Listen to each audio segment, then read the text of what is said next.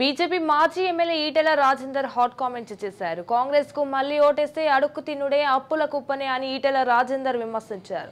రేవంత్ రెడ్డి ఆడబిడ్డలకు 2500 ఇస్తానని 500కే గ్యాస్ ఇస్తానని చెప్పి నేటికి ఇవ్వలేదన్నారు. కాంగ్రెస్ ఇచ్చిన హామీలు అమలు చేస్తే నేను రాజకీయాల నుండి తప్పుకుంటా అని ఈటెల రాజేందర్ సవాల్ విసిరాడు. బీఆర్ఎస్ పార్టీకి ఓటు వేస్తే ఏమీ రాదని ఆ పార్టీకి ఓటు వేయొద్దు అని ఈటెల రాజేందర్ అన్నారు. కాంగ్రెస్ పార్టీకి ఓటేస్తే అప్పుల కుప్ప తప్ప అడుక్కు తినుడే తప్ప ఏమీ లేదని ఈటెల రాజేందర్ విమర్శించారు. ప్రజలకు సేవ చేస్తామంటారు.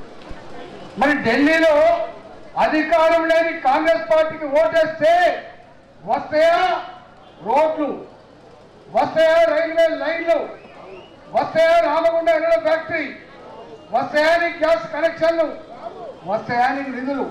మళ్ళీ కాంగ్రెస్ పార్టీకి ఓటేస్తే అప్పుల కొంప తప్ప అడక్క తిరుడు తప్ప మనకేమో ఒరిగే ఆస్కారం లేదు. కాబట్టి కాంగ్రెస్ పార్టీ కూడా మనం ఓటేస్తే మన రాష్ట్రానికి వచ్చే లాభం లేదు.